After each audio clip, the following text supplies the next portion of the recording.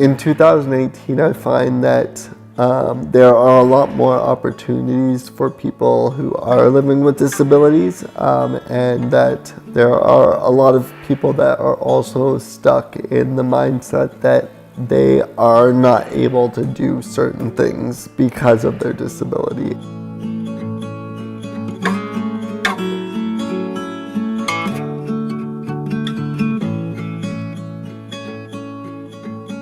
For me, traveling is more focused on culture and learning new cultures, because that is the best way to immerse yourself into the culture of that country, and not be necessarily just traveling, say, to a resort.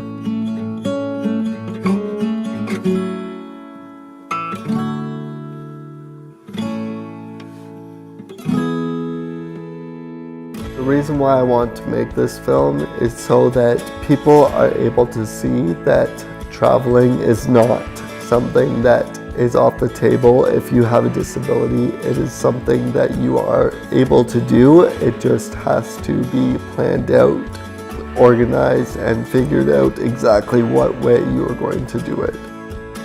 I can do this, and I'm not going to let this disability hold me back from accomplishing my goals in life.